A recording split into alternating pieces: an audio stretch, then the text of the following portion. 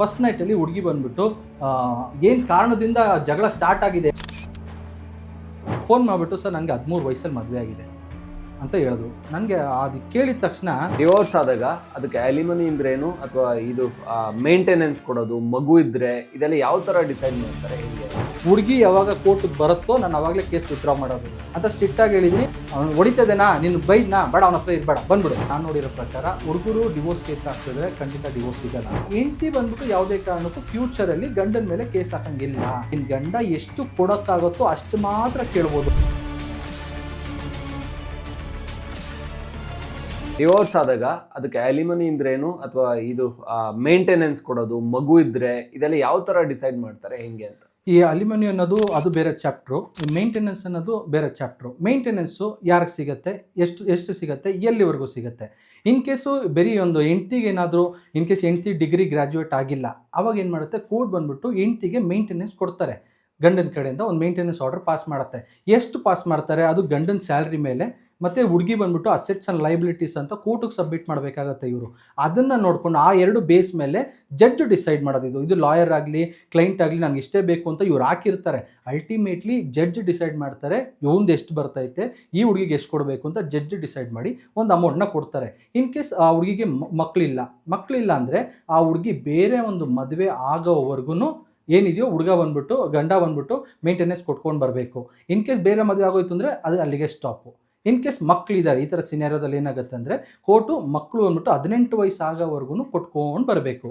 ಅದಾದಮೇಲೆ 18 ವಯಸ್ಸು ಆದಮೇಲೆ ಅವರು ಪ್ರಾಪರ್ಟಿ ಮೇಲೆ ಕೇಸ್ ಹಾಕ್ಬೋದು. ಅಂದರೆ ಅಲ್ಲಿ ಬಂದ್ಬಿಟ್ಟು ತಂದೆ ಮೇಲೆ ತಾತನ ಮೇಲೆ ಮಕ್ಕಳು ಬಂದ್ಬಿಟ್ಟು ಕೇಸ್ ಹಾಕ್ಕೊಬೋದು. ಆದರೆ ಈ ಒಂದು ಡಿವೋರ್ಸ್ ಆಗ್ಬೇಕಾದ್ರೆ ಏನು ಮೆನ್ಷನ್ ಮಾಡಿರ್ತಾರೆ ಅಂದರೆ ಹೆಂಡ್ತಿ ಬಂದ್ಬಿಟ್ಟು ಯಾವುದೇ ಕಾರಣಕ್ಕೂ ಫ್ಯೂಚರಲ್ಲಿ ಗಂಡನ ಮೇಲೆ ಕೇಸ್ ಹಾಕಂಗಿಲ್ಲ. ಏನಿದೆಯೋ ಅಲಿಮಿನಿ ತೊಗೊಂಡು ಇಲ್ಲ ಮೇಂಟೆನೆನ್ಸ್ ತೊಗೊಂಡು ಇಲ್ಲಿಗಿಲ್ಲೇ ಕ್ಲೋಸ್ ಮಾಡ್ಕೊಬೇಕು ಅಂತ ಮೆನ್ಷನ್ ಮಾಡಿರ್ತಾರೆ. ಅದಕ್ಕೆ ಏನು ಮಾಡಿರ್ತಾರೆ, ಅವ್ರು ಸೈನ್ ಮಾಡಿರ್ತಾರೆ. ಆ ಒಂದು ಕಾರಣಕ್ಕೋಸ್ಕರ ಹೆಂಡ್ತಿ ಕೇಸ್ ಹಾಕೋಕ್ಕಾಗಲ್ಲ. ಇನ್ ಕೇಸ್ ಮಕ್ಕಳಿದ್ರೆ ಮಕ್ಕಳ ಕಡೆಯಿಂದ ಫ್ಯೂಚರಲ್ಲಿ ಪ್ರಾಪರ್ಟಿ ಮೇಲೆ ಕೇಸ್ ಹಾಕ್ಬೋದು. ಇವಾಗ ಅಲಿಮನಿ ಅಂದರೆ ಏನಂದರೆ ಒನ್ ಟೈಮ್ ಸೆಟ್ಲ್ಮೆಂಟು. ನನಗೆ ಇವನ ಹತ್ರ ಅವ್ನು ಹೆಂಗಿರೂ ಕೊಡೋದಿಲ್ಲ ಸರ್, ತಿಂಗಳು ಕೊಡೋದಿಲ್ಲ, ಸೊ ನನಗೆ ಅದ್ರ ತಂಟೆನೂ ಬೇಡ, ಒನ್ ಟೈಮ್ ಸೆಟ್ಲ್ಮೆಂಟು. ಇವಾಗ ನೋಡಿ ಎಷ್ಟೊಂದು ಫಿಲಮ್ ಆ್ಯಕ್ಟ್ರಸ್ಗಳು ಎಷ್ಟೊಂದು ನೀವು ನೋಡಿರ್ತೀರ. ಇವಾಗ ಫಾರ್ ಎಕ್ಸಾಂಪಲ್ ಹಾರ್ದಿಕ್ ಪಾಂಡ್ಯ ಇಷ್ಟೊಂದು ನ್ಯೂಸ್ ವೈರಲ್ ಆಗಿತ್ತು, ಅವ್ನ ಪ್ರಾಪರ್ಟಿ ಎಲ್ಲ ಅವ್ರ ಅಪ್ಪ ಅಮ್ಮ ಹೆಸರಲ್ಲಿ ಮಾಡಿಬಿಟ್ಟಿದ್ದ, ಅದಕ್ಕೋಸ್ಕರ ಇವನೇನು ಜಾಸ್ತಿ ಕೊಡೋಕ್ಕಾಗಿಲ್ಲ ಅಂತ. ನಾನು ನಿಮ್ಗೆ ಎಷ್ಟೊಂದು ವೀಡಿಯೋದಲ್ಲಿ ಹೇಳಿದ್ದೀನಿ, ಇನ್ ಕೇಸ್ ಹೊಸ್ದಾಗಿ ಮದುವೆ ಆಗ್ತಾ ಇದ್ದೀರಾ, ಪ್ರಾಪರ್ಟಿ ಏನೇನು ಮಾಡಿದ್ದೀರೋ ಅದೆಲ್ಲ ನಿಮ್ಮ ತಂದೆ ತಾಯಿ ಮೇಲೆ ಹೆಸ್ರ ಮೇಲೆ ಮಾಡಿಕ್ಕಿ. ಮತ್ತು ನಿಮ್ಮ ತಂದೆ ತಾಯಿ ಹೆಸರನ್ನು ಒಂದು ನಿಮ್ಮ ಇನ್ ಕೇಸ್ ಅಣ್ಣ ತಂಗಿ ಯಾರಾದರೂ ಇದ್ದು ಅಂದರೆ ಅವ್ರ ಹತ್ರ ಒಂದು ಎನ್ ಒ ಸಿ ಇಸ್ಕೊಳ್ಳಿ. ಎಂತಕ್ಕೆ ಎನ್ ಒ ಸಿ ಇಸ್ಕೊಬೇಕಂದ್ರೆ ನಾಳೆ ದಿವಸ ನೀವು ತಂದೆ ತಾಯಿ ಹೆಸರಲ್ಲಿ ಮಾಡಿಕ್ತೀರಾ, ಅದಾದಮೇಲೆ ತಂಗಿನೂ ಮತ್ತು ಅಣ್ಣ ಬಂದ್ಬಿಟ್ಟು ಅದರಲ್ಲಿ ನನಗೂ ಹಕ್ಕಿದೆ ಅಂತ ಅವ್ರು ಕೇಳಬಾರ್ದು. ಅದಕ್ಕೋಸ್ಕರ ಇಬ್ಬರು ಹತ್ರದಿಂದ ಒಂದು ಎನ್ ಒ ಸಿ ಮಾಡಿ ಇಟ್ಕೊಳ್ಳಿ. ಇನ್ ಕೇಸ್ ಶೇರ್ಸ್ ಏನಾದರೂ ಮಾಡ್ತಾ ಇದ್ದೀರಾ ಅದನ್ನು ನಿಮ್ಮ ತಂದೆ ತಾಯಿ ಹೆಸರ ಮೇಲೆ ಮಾಡಿಕ್ಕಿ. ಯಾವುದು ನಿಮ್ಮ ಮೇಲೆ ಇಟ್ಕೊಡು. ಯಾಕಂದರೆ ಹೊಸ್ದಾಗಿ ಮದುವೆ ಆಗ್ತಾ ಇದ್ದೀರಾ, ಹೊಸ್ದಾಗಿ ಅರೇಂಜ್ ಮ್ಯಾರೇಜ್ ಮಾಡ್ಕೋತಾ ಇದ್ದೀರಾ ಅಂತ ಇದೆಲ್ಲ ಪ್ರೋಸೆಸ್ ಸ್ಟಾರ್ಟ್ ಮಾಡಿ. ಯಾಕಂದರೆ ಯಾವಾಗಲೂ ಅಷ್ಟೇ ಹೊಸದಾಗಿ ಮದುವೆ ಆಗೋರು ಏನು ಮಾಡ್ತಾರೆ ಅಂದರೆ ಹೋಗೋದು, ಮಾತಾಡೋದು, ಹುಡುಗಿ ಬಗ್ಗೆ ಅರ್ಥ ಮಾಡ್ಕೊಳ್ಳೋದು, ಹುಡುಗರು ಫ್ಯಾಮಿಲಿ ಬಗ್ಗೆ ಅರ್ಥ ಮಾಡ್ಕೊಳ್ಳೋದು, ಅಕ್ಕಪಕ್ಕದಲ್ಲಿ ವಿಚಾರಣೆ ಮಾಡೋದು, ಇದೆಲ್ಲ ಓಲ್ಡ್ ಸ್ಟೈಲ್ ಆಗೋಯ್ತು. ಇವಾಗ ನೀವು ಬಂದ್ಬಿಟ್ಟು ಟೆಕ್ನಾಲಜಿ ಇಂಪ್ರೂವ್ ಆಗ್ತಾ ನೀವು ಇಂಪ್ರೂವ್ ಆಗಬೇಕು. ಏನು ಮಾಡಬೇಕು, ಇದನ್ನೆಲ್ಲ ಫಾಲೋ ಮಾಡಬೇಕು. ನಾನು ಇಲ್ಲಿವರೆಗೂ ಏನು ಹೇಳೋದು ಅದು. ಅದಾದಮೇಲೆ ಇನ್ ಕೇಸ್ ಫ್ಯೂಚರಲ್ಲಿ ಏನಾದರೂ ನಮ್ಮಿಬ್ಬರಿಗೆ ಸೆಟ್ ಆಗ್ತಾ ಇಲ್ಲ ಅಂದರೆ ಕಾನೂನು ರೀತಿ ಫೈಟ್ ಮಾಡೋದು ಬೇಡ. ಏನಿದು ಮ್ಯೂಚುವಲಾಗಿ ಹೋಗೋಣ ಅಂತ ಹೇಳ್ಬಿಟ್ಟು ಆವಾಗಲೇ ಒಂದು ಅಗ್ರಿಮೆಂಟಲ್ಲಿ ಸೈನ್ ಮಾಡ್ಕೊಳ್ಬೇಕು ಅಂದರೆ ಮಾಡ್ಕೊಳ್ಳಿ. ಆದರೆ ಇದು ವ್ಯಾಲಿಡಾ ಅಂತಂದರೆ ವ್ಯಾಲಿಡ್ ಇಲ್ಲ. ಆದರೆ ನಿಮ್ಮ ಒಂದು ಕನ್ಸರ್ನ್ಗೋಸ್ಕರ, ನಿಮ್ಮ ಒಂದು ಸೇಫ್ಟಿಗೋಸ್ಕರ ಮಾಡಿಟ್ಕೊಳ್ಳಿ. ತುಂಬಾ ಫ್ಯೂಚರಲ್ಲಿ ಯೂಸ್ಫುಲ್ ಆಗುತ್ತೆ. ಮತ್ತು ಯಾವಾಗಲೂ ಅಷ್ಟೇ ಮದುವೆ ಆಗಬೇಕಾದ್ರೆ ನಿಮ್ಮ ಮಾವನಿಗೆ ಮತ್ತು ನಿಮ್ಮ ಅತ್ತೆಗೆ ಮತ್ತು ನಿಮ್ಮ ಹೆಂಡ್ತಿಗೆ ಮೇಲ್ ಮುಖಾಂತರ ಒಂದು ಕನ್ವರ್ಸೇಷನ್ ಸ್ಟಾರ್ಟ್ ಮಾಡಿ. ಏನಂತಂದರೆ ಮದುವೆ ಎಲ್ಲ ಅದ್ದೂರಿಯಾಗಿ ಮಾಡಿಕೊಟ್ಟಿದ್ದೀರಾ, ನೀವು ಇಷ್ಟು ಖರ್ಚು ಮಾಡಿದ್ದೀರಾ, ನಾನು ಇಷ್ಟು ಖರ್ಚು ಮಾಡಿದ್ದೀನಿ, ಯಾವುದೇ ಕಾರಣಕ್ಕೂ ನೀವು ವರದಕ್ಷಿಣೆ ಕೊಟ್ಟಿಲ್ಲ, ನಾನು ವರದಕ್ಷಿಣೆ ಕೇಳಿಲ್ಲ ಅಂತ ಕೇಳ್ಬಿಟ್ಟು ಒಂದು ಮೇಲ್ ಕಳಿಸಿ. ಆ ಮೇಲಿಂದ ಅವ್ರ ಕಡೆಯಿಂದ ರಿಪ್ಲೈ ಓಕೆ ಅಂತ ಮಾತ್ರ ತರಿಸ್ಕೊಳ್ಳಿ. ನಾಳೆ ದಿವಸ ಏನೇ ಡಿಸ್ಪ್ಯೂಟ್ ಆದರೆ ಕೂಡ ಈ ಒಂದು ಮೇಲ್ ಆಧಾರದಿಂದ ಖಂಡಿತ ನಿಮಗೆ ಹುಡುಗರಿಗೆ ತುಂಬಾ ಯುಟಿಲೈಸ್ ಆಗುತ್ತೆ. ಕಮಿಂಗ್ ಟು ಅಲಿಮನಿ ಎಷ್ಟು ಕೇಳ್ಬೋದು? ಇವಾಗ ನನ್ನ ಗಂಡ ಫುಲ್ ಜೋರಾಗಿದ್ದಾನೆ, ಆದರೆ ಯಾವುದೂ ನನ್ನ ಗಂಡನ ಹೆಸರಲ್ಲಿ ಇಲ್ಲ, ಎಲ್ಲ ಅವ್ರ ಅಪ್ಪನ ಹೆಸರಲ್ಲಿದೆ. ಅವಾಗ ನಾನು ಎಷ್ಟು ಕೇಳ್ಬೋದು? ಆವಾಗ ನಿನ್ನ ಗಂಡ ಎಷ್ಟು ಕೊಡೋಕ್ಕಾಗುತ್ತೋ ಅಷ್ಟು ಮಾತ್ರ ಕೇಳ್ಬೋದು. ನೀವು ಇವಾಗ ಒಂದು ಹೆಂಡ್ತಿ ಬಂದ್ಬಿಟ್ಟು ಮಾವನ ಪ್ರಾಪರ್ಟಿದಲ್ಲಿ ಹಕ್ಕು ಕೇಳೋಕ್ಕಾಗಲ್ಲ. ಗಂಡ ಎಷ್ಟು ಕೊಡೋಕ್ಕಾಗುತ್ತೋ ಅಷ್ಟೇ ಕೇಳ್ಬೋದು. ಇನ್ ಕೇಸ್ ನೀವೇನು ಮಾಡ್ತೀರಾ, ಕೋರ್ಟಲ್ಲಿ ಬಂದುಬಿಟ್ಟು ಕೇಸ್ ಹಾಕ್ತೀರಾ, ನಂಗೆ 50 ಲಕ್ಷ ಬೇಕು ಅಂತ. ಆವಾಗ ಕೋರ್ಟ್ ಏನು ಮಾಡುತ್ತೆ, ಕೋರ್ಟ್ ಡಿಸೈಡ್ ಮಾಡುತ್ತೆ ಗಂಡ ಎಷ್ಟು ಸಂಪಾದನೆ ಮಾಡ್ತಿದ್ದಾನೆ. ಆವಾಗ ಗಂಡ ಖಂಡಿತ ಮಾವನ ಪ್ರಾಪರ್ಟಿಗಳೆಲ್ಲ ನೋಡೋದಿಲ್ಲ, ಬರೀ ಗಂಡ ಏನು ಸಂಪಾದನೆ ಮಾಡಿದ್ದಾನೆ, ಇನ್ ಕೇಸ್ ಅದು ಪಿತ್ರಾರ್ಜಿತ ಆಸ್ತಿ ಆಗಿದ್ರೆ ಅದು ಬೇರೆ ಥರ ಟರ್ನ್ ಆಗುತ್ತೆ. ಇನ್ ಕೇಸ್ ನಿಮ್ಮ ಮಾವ ಸುಯಾರ್ಜಿತವಾಗಿ ಸಂಪಾದನೆ ಮಾಡಿರೋ ಆಸ್ತಿ ಆಗಿದ್ದರೆ ಒಂದೇ ₹1 ಕೂಡ ನಿಮ್ಗೆ ಅದರಿಂದ ಬರೋದಿಲ್ಲ. ಏನು ನಿಮ್ಮ ಗಂಡ ಮಾಡಿದಾನೋ ಅದೂ ನಿಮ್ಮ ಗಂಡ ಏನಾದರೂ ಎಕ್ಸ್ಪೈರ್ ಆಗೋದಾ ಅಂದರೆ ನಾಮಿನಿ ನೀವಿದ್ದರೆ ನಿಮಗೆ ಬರುತ್ತೆ, ಇಲ್ಲ ಅಂದರೆ ಗಂಡ ಏನಾದರೂ ಪ್ರಾಪರ್ಟಿ ಮಾಡಿದರೆ ಅದರಿಂದ ಶೇರ್ಸ್ ಬರುತ್ತೆ ಹೊರತು ಎಂಟೈರ್ ಅರ್ಧಕ್ಕರ್ಧ ಬರೋದೇ ಇಲ್ಲ. ಇವಾಗ ಫ್ಯಾಮಿಲಿ ಕೋರ್ಟಲ್ಲಿ ಡೈವೋರ್ಸ್ ಕೇಸಸ್ ತುಂಬ ಜಾಸ್ತಿ ಆಗ್ತಾ ಇದೆ. ಸೊ ಇದನ್ನ ಹೆಂಗೆ ಹ್ಯಾಂಡಲ್ ಮಾಡ್ತೀರಾ? ಇದು ತುಂಬ ಟಫ್ ಅನ್ಸುತ್ತಲ್ವಾ ಫ್ಯಾಮಿಲಿ ಕೇಸಸ್ ಎಲ್ಲ? ಸರ್, ನೀವು ನಂಬ್ತಿರೋ ಬಿಡ್ತಿರೋ, ಹೋದ ವರ್ಷ ಮಾತ್ರನೇ 10,000 ಕೇಸು ಫ್ಯಾಮಿಲಿ ಕೋರ್ಟಲ್ಲಿ, ಅದು ಬೆಂಗಳೂರು ಫ್ಯಾಮಿಲಿ ಕೋರ್ಟ್, ಶಾಂತಿನಗರಲ್ಲಿ ಒಂದು ಫ್ಯಾಮಿಲಿ ಕೋರ್ಟ್ ಇದೆಯಲ್ಲ ಸರ್, ಅಲ್ಲಿ ಫ್ಯಾಮಿಲಿ ಕೋರ್ಟಲ್ಲಿ 10,000 ಕೇಸು. ಬರೀ ಬೆಂಗಳೂರಲ್ಲೇ ಇಷ್ಟು ಕೇಸ್ ಅಂದರೆ ಇಡೀ ಕರ್ನಾಟಕ ಫುಲ್ ಎಷ್ಟು ಕೇಸ್ ಇರುತ್ತೆ. Maximum number of cases love ಮ್ಯಾರೇಜಲ್ಲೂ ಬರ್ತೈತೆ, ಅರೇಂಜ್ ಮ್ಯಾರೇಜಲ್ಲೂ ಬರ್ತೈತೆ. ತುಂಬ ಬೇಗನೆ ಡಿವೋರ್ಸಿಗೆ ಬಂದುಬಿಡ್ತಾರೆ. ನನ್ನ ಹತ್ರ ಒಂದು ಕೇಸ್ ಸರ್, ಮದುವೆ ಆಗಿದ್ದಾರೆ, ಫುಲ್ಲು ಇವರು ಒಂದು 1,000 ಜನ ಕರ್ಸು ಮದುವೆ ಮಾಡಿದ್ದಾರೆ. ಗಂಡನ ಕಡೆಯಿಂದ 1,000 ಜನ ಫುಲ್ ಎಲ್ಲ ರಿಲೇಟಿವ್ಸ್ ಎಲ್ಲ ಕರ್ಸಿ ಗ್ರ್ಯಾಂಡಾಗಿ ಮದುವೆ ಮಾಡಿದ್ದಾರೆ. ಇಲ್ಲ ಅಂದ್ರೂ ಮದುವೆಗೆ ₹1,00,00,000 ಖರ್ಚು. ಮದುವೆ ಎಲ್ಲ ಮಾಡಿದ್ದಾರೆ. ಇದು ಅರೇಂಜ್ ಮ್ಯಾರೇಜು. ಮದುವೆ ಎಲ್ಲ ಆಗಾದ್ಮೇಲೆ ಫಸ್ಟ್ ನೈಟಲ್ಲಿ ಹುಡುಗಿ ಬಂದುಬಿಟ್ಟು ಏನು ಕಾರಣದಿಂದ ಜಗಳ ಸ್ಟಾರ್ಟ್ ಆಗಿದೆ, ಯಾಕಂದ್ರೆ ನನ್ನ ಹತ್ರ ಇಬ್ಬರು ಬಂದು ಇಲ್ಲಿ ನೀವು ಹೆಂಗೆ ಕೂತಿದ್ರು ಇದೇ ಥರ ಬಂದು ಕೂತ್ಕೊಂಡ್ಬಿಟ್ಟು ಸರ್, ನಾನು ಲಾಯರ್ಗಳ ಜೊತೆ ಡಾಕ್ಟರ್ಗಳ ಜೊತೆ ಸುಳ್ಳು ಹೇಳ್ಬಾರ್ದು, ಆ ಒಂದು ಕಾರಣಕ್ಕೋಸ್ಕರ ಏನಿದೆಯೋ ನಾನು ನಿಜಾನ ಒಪ್ಕೋತಾ ಇದ್ದೀವಿ. ನಾವು ಇಬ್ಬರು ಬಂದಿದ್ರು, ಗಂಡ ಹೆಂಡತಿ ಇಬ್ಬರು ಬಂದಿದ್ರು. ಫಸ್ಟ್ ಟೈಮು ನಮ್ಮ ಜಗಳ ಸ್ಟಾರ್ಟ್ ಆಗಿದೆ. ನನ್ನ ಗಂಡಂಗೆ ಬಂದುಬಿಟ್ಟು ತುಂಬ ಫಿಸಿಕಲ್ ಮಾಡಬೇಕಾದ್ರೆ ತುಂಬ ಬೇಗನೆ ಔಟ್ ಆಗಿಬಿಡ್ತಿತ್ತು. ಆದ್ದರಿಂದ ಅಲ್ಲಿಂದ ನಮ್ಮ ಪ್ರಾಬ್ಲಮ್ ಸ್ಟಾರ್ಟ್ ಆಗಿದ್ದು. ನಾವು ಎಷ್ಟೇ ಪ್ರಯತ್ನ ಪಟ್ರು ಅವನಿಗೆ ಆ ಒಂದು ಇದರಿಂದ ಆಚೆ ಬರೋಕ್ಕಾಗ್ತಾ ಇದ್ದಿಲ್ಲ.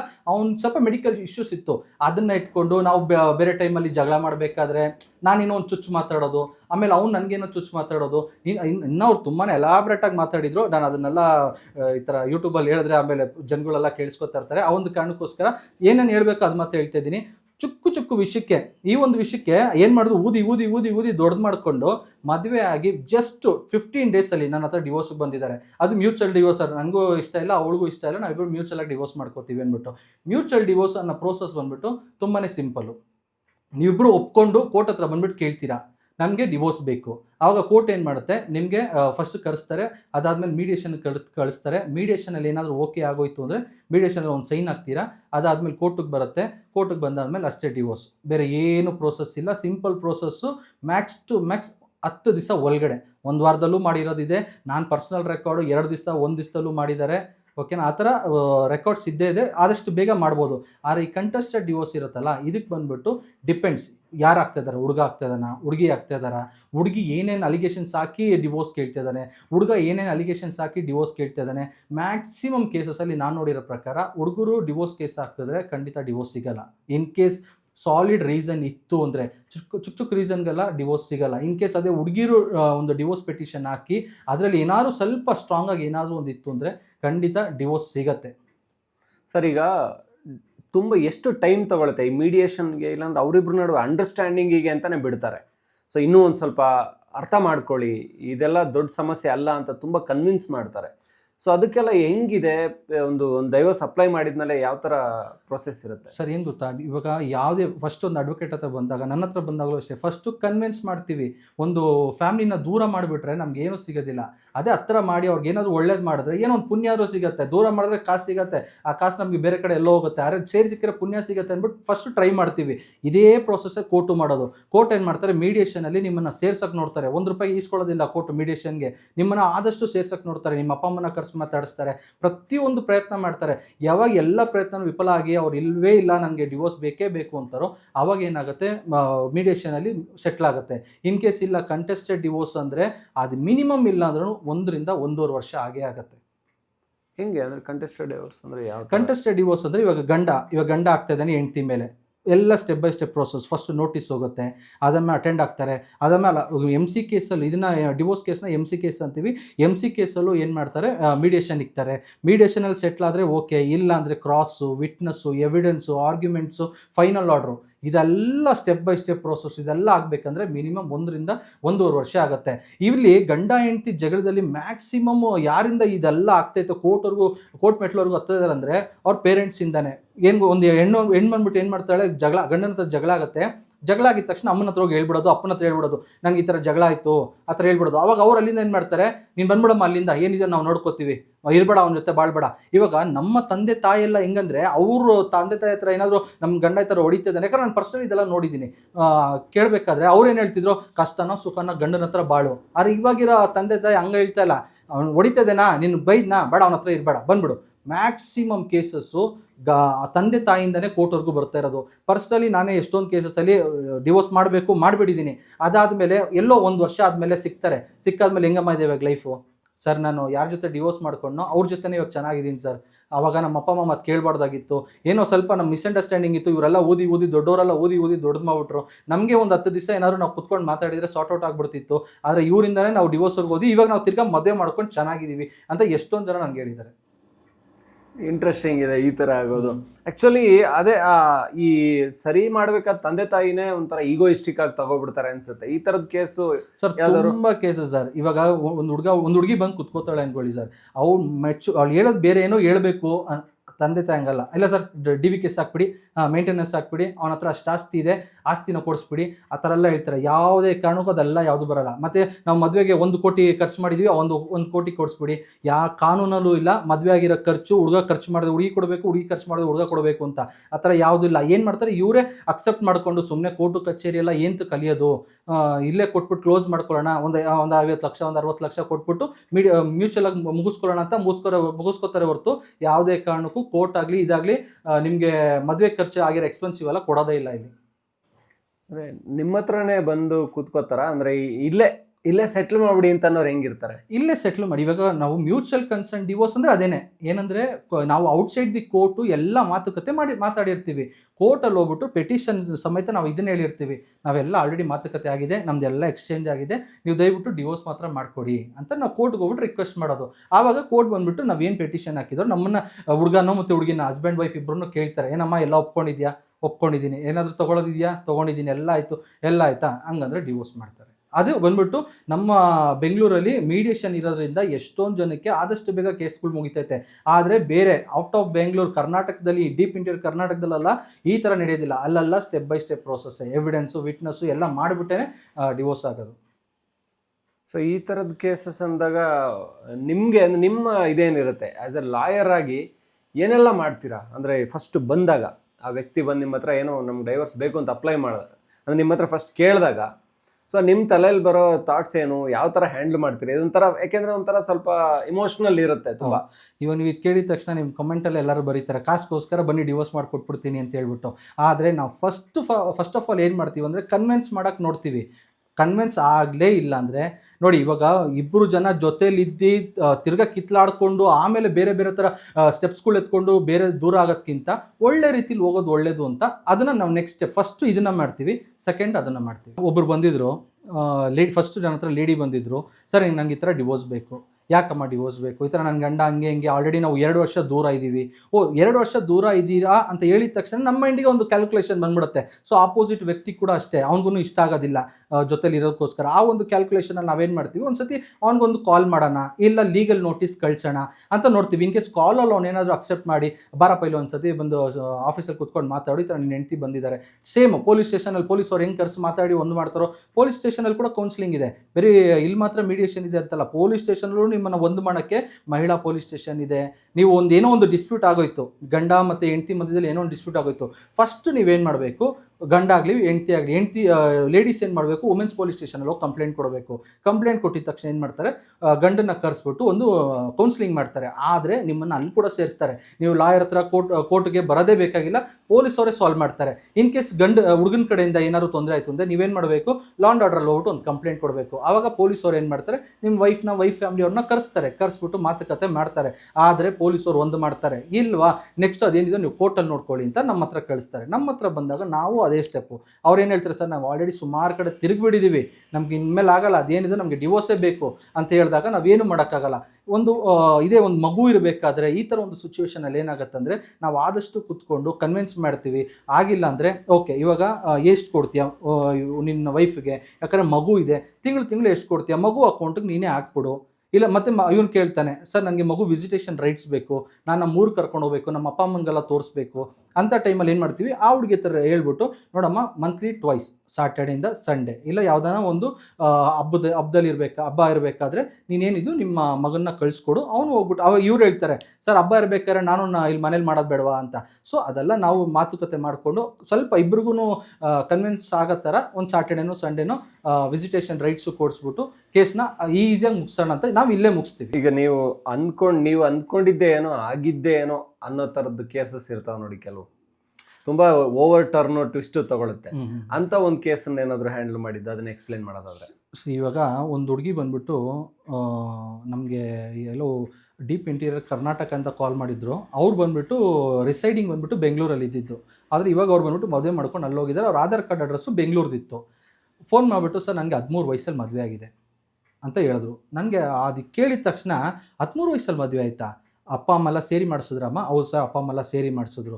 ಎಲ್ಲಮ್ಮ ಇರೋದು? ಅವರು ಡೀಪ್ ಇಂಡಿಯರ್ ಕರ್ನಾಟಕ, ನಾನು ಹೆಸರು ತೊಗೊಳಕ್ಕೆ ಇಷ್ಟಪಡಲ್ಲ. ಅಲ್ಲಿ ಮದುವೆ ಮಾಡಿದ್ದಾರೆ. ನೀವು ಅಪ್ಪ ಅಮ್ಮ ಎಲ್ಲ ಅಪ್ಪ ಅಮ್ಮ ಎಲ್ಲ ಬೆಂಗಳೂರಲ್ಲಿರೋದು, ಏನಕ್ಕೆ ಮತ್ತೆ ಈ ಥರ ಮಾಡಿಸ್ಕೊಟ್ರು? ಇವಾಗ ನಿನ್ಗೇನು ಆಸೆ? ಆ ಹುಡುಗಿ ಬಂದ್ಬಿಟ್ಟು ಒಳ್ಳೆ ಒಂದು ಓದ್ತಾ ಇದ್ದಾಳೆ, ಒಳ್ಳೆ ಒಂದು ಪೊಸಿಷನಲ್ಲಿದ್ದಾಳೆ. ಸರಿ ಆಯ್ತಮ್ಮ ಬಾರಮ್ಮ, ಅದೇನಿದೋ ನಾನು ಮಾಡ್ಕೊಡ್ತೀನಿ, ಆಫೀಸಿಗೆ ಬಂದು ಫಸ್ಟು ಮಾತಾಡು ಅಂತ ಕೇಳಿದೆ. ಆಫೀಸಿಗೆ ಬಂದಿದ್ದ ತಕ್ಷಣ ನಾನೇನು ಮಾಡಿದೆ, ಫಸ್ಟು ಪೊಲೀಸ್ ಸ್ಟೇಷನಲ್ಲಿ ಒಂದು ಕಂಪ್ಲೇಂಟ್ ಕೊಡಿಸಿದೆ. ಪೊಲೀಸವರು ಅಷ್ಟು ಸೀರಿಯಸ್ಸಾಗಿ ಆ್ಯಕ್ಷನ್ ತೊಗೊಂಡಿಲ್ಲ. ಓಕೆ, ಅದಾದಮೇಲೆ ಏನು ಮಾಡಿದ್ವಿ, ನಾವು ಕೋರ್ಟಲ್ಲಿ ಒಂದು ಪೆಟಿಷನ್ ಹಾಕಿದ್ವಿ. ಪೆಟಿಷನ್ ಹಾಕಿ ಹಾರ್ಡ್ಲಿ ಒಂದು 15 ಡೇಸು ಅದಾದಮೇಲೆ ಏನು ಆ ಹುಡುಗಿನ ಮನೆಯವ್ರು ಮೈಂಡ್ ವಾಶ್ ಮಾಡಿದ್ರೋ ಗೊತ್ತಿಲ್ಲ, ನಾನು ತುಂಬಾ ಸ್ಟ್ರಾಂಗಾಗಿ ಪೆಟಿಷನ್ ಹಾಕಿದ್ದೆ. ಜಡ್ಜು ಕೂಡ ವೆರಿ ಫ್ರ್ಯಾಕ್ಷನ್ ಆಫ್ 2 ವೀಕ್ಸಲ್ಲಿ ನೋಟಿಸ್ ಪೀರಿಯಡ್ನ ಇಶ್ಯೂ ಮಾಡಿದರು. ನೋಟಿಸ್ ನಾರ್ಮಲಿ ಏನು ಮಾಡ್ತಾರೆ 30 to 60 ಡೇಸ್ ಇರುತ್ತೆ ನೋಟಿಸ್ ಪೀರಿಯಡು. ಆದರೆ ಈ ಒಂದು ಕೇಸಲ್ಲಿ 2 ವೀಕ್ಸಲ್ಲೆಲ್ಲ ನೋಟಿಸ್ ವಾಪಸ್ ಅವ್ರು ಬರಬೇಕು, ತುಂಬ ಎಮರ್ಜೆನ್ಸಿ ಅಂತ ಹೇಳಿದರು. ಏನಾಯಿತೋ ಗೊತ್ತಿಲ್ಲ, ನೋಟಿಸ್ ಬರೋಕ್ಕಿಂತ ಮುಂಚೆ ಈ ಹುಡುಗಿ ಬಂದ್ಬಿಟ್ಟು, ಸರ್ ಕೇಸ್ ವಾಪಸ್ ತೊಗೊಂಬಿಡಿ, ನಾನು ನನ್ನ ಗಂಡನ ಜೊತೆನೇ ಬಾಳ್ತೀನಿ. ಸಂತೋಷ, ಗಂಡನ ಜೊತೆನೇ ಬಾಳೋದು. ಆದರೆ ಏನಾಗಿದೆ, ಆ ಹುಡುಗಿ ಹತ್ರ ನನ್ನ ಕೈ ಕಾಂಟ್ಯಾಕ್ಟ್ ಮಾಡೋಕ್ಕೂ ಆಗಿಲ್ಲ. ಅವ್ರ ಪೇರೆಂಟ್ಸು ಅವ್ರು ಬಂದ್ಬಿಟ್ಟು ಅವಾಗವಾಗ ನನ್ನ ಹತ್ರ ಮಾತಾಡ್ತಿದ್ರು. ಅವ್ರು ಯಾಕಂದರೆ ನಾನು ಹುಡುಗಿ ಯಾವಾಗ ನನ್ನ ಸಪೋರ್ಟಿಗೆ ಬಂದರು, ಇವ್ರ ಮನೆಯವರೆಲ್ಲ ನನಗೆ ಅಗೇನ್ಸ್ಟ್ ಆಗಿಬಿಟ್ಟಿದ್ರು. ನಾನು ಆದ್ರೂ ಎಲ್ಲರ ಹತ್ರ ಒಳ್ಳೆ ತಂದಲ್ಲಿ ಮಾತಾಡ್ಕೊಂಡಿದ್ದೆ, ನಿಮ್ಮ ಮಗಳನ್ನ ಕರ್ಕೊಂಡೋಗಿ ಚೆನ್ನಾಗಿರಿಸಿ ಮಾತಾಡಿಸಿ ಅಂದ್ಬಿಟ್ಟು. ಅವ್ರು ಏನು ಮಾಡಿದ್ರು, ಆದಷ್ಟು ಕನ್ವಿನ್ಸ್ ಮಾಡಿ ಕರ್ಕೊಂಡೋದ್ರು. ಅದು ಅವ್ರ ಹುಡುಗಿ ಹೋಗಿದ್ದು ಒಳ್ಳೇದೇ, ಆದರೆ ನನಗೆ ಇದುವರೆಗೂ ಆ ಹುಡುಗಿ ಓದ್ಲಲ್ಲ. ಅದಾದಮೇಲೆ ಆ ಹುಡುಗಿ ಕಡೆಯಿಂದ ಒಂದು ಕಾಲು ಬಂದಿಲ್ಲ. ಆ ಹುಡುಗಿ ಏನಾಯಿತು, ನಾನು ಅವರು ಕಾನ್ಸ್ಟೆಂಟಾಗಿ ಕಾಂಟ್ಯಾಕ್ಟ್ ಮಾಡ್ತಾ ಇದ್ದೀನಿ ಅವ್ರ ರಿಲೇಟಿವ್ಸ್ಗೆಲ್ಲ. ಸರ್ ಹುಡುಗಿ ಇವತ್ತು ಅಲ್ಲಿದ್ದಾಳೆ, ಇಲ್ಲಿದ್ದಾಳೆ, ಅತ್ತೆ ಮನೇಲಿದ್ದಾಳೆ, ನಾನು ಹಿಂಗೆ ಮಾತಾಡಿಸ್ತೀನಿ. ಯಾಕಂದರೆ ಕೇಸ್ ಇದನ್ನ ಅದು ವಿಡ್ರಾ ಮಾಡಿಲ್ಲ. ನಾನು ಹೇಳಿದ್ದೀನಿ, ಸ್ಟ್ರಿಕ್ಟಾಗಿ ಹೇಳಿದ್ದೀನಿ, ಹುಡುಗಿ ಯಾವಾಗ ಕೋರ್ಟಿಗೆ ಬರುತ್ತೋ ನಾನು ಆವಾಗಲೇ ಕೇಸ್ ವಿಡ್ರಾ ಮಾಡೋದು ಅಂತ ಸ್ಟ್ರಿಕ್ಟಾಗಿ ಹೇಳಿದ್ದೀನಿ. ಅದು ಇವಾಗ ಹಾರ್ಡ್ಲಿ ಒಂದು 15 ಡೇಸಲ್ಲಿ ಕೋರ್ಟಿಗೆ ಬರುತ್ತೆ. ಆವಾಗ ನಾನು ಕಾಲ್ ಮಾಡ್ತೀನಿ. ಆವಾಗ ಆ ಹುಡುಗಿ ಬಂದ ಮೇಲೆ ಅರ್ಥ ಆಗೋದು ಏನು ರಿಯಲ್ ಎಕ್ಸಾಕ್ಟ್ಲಿ ಆಗಿದೆ ಅಂದ್ಬಿಟ್ಟು. ಇನ್ ಕೇಸ್ ಮನೆಯವ್ರು ಏನಾದರೂ ಫೋರ್ಸ್ ಮಾಡಿ ಇದು ಮಾಡಿದ್ರೆ ಖಂಡಿತ ಆವಾಗಲೂ ಆ ಹುಡುಗಿಗೆ ಪರವಾಗಿ ನಾನು ಸ್ಟ್ಯಾಂಡ್ ನಿಂತ್ಕೋತೀನಿ. ಇಂಥ ಕೇಸಸಲ್ಲಿ ನಿಮ್ಮ ಓನ್ ಇಂಟ್ರೆಸ್ಟಲ್ಲಿ ಮಾಡಬೇಕಾಗತ್ತಲ್ವ? ಆ ಥರ ಇಂಟ್ರೆಸ್ಟ್ ತೊಗೊಂಡು ಮಾಡಿರ್ತೀರಾ, ಇದೊಂಥರ ಪೆಕ್ಯುಲಿಯರ್ ಕೇಸು, ನನ್ನಿಂದ ಏನೋ ಸಪೋರ್ಟ್ ಮಾಡೋಣ, ಇದಕ್ಕೆ ನಾನೇನೋ ನ್ಯಾಯ ಕೊಡಬೇಕು, ಒಂದು ಲಾಜಿಕಲ್ ಎಂಡ್ಗೆ ಹೋಗಬೇಕು ಅಂತ. ಸೊ ಅದು ಹೆಂಗೆ, ಆ ಥರ ಯೋಚನೆ ಮಾಡಿದ್ರ? ಸರ್ ಇದೆಲ್ಲ ಬಂದ್ಬಿಟ್ಟು ಪ್ಯಾಷನ್ ಸರ್, ಓದಿರೋದೇ ಅದಕ್ಕೋಸ್ಕರ. ಚಿಕ್ಕ ವಯಸ್ಸಿಂದಾನೇ ಏನೋ ಒಂದು ಮಾಡಬೇಕು ಅಂತಾನೆ ಈ ಫೀಲ್ಡಿಗೆ ಬಂದಿರೋದು.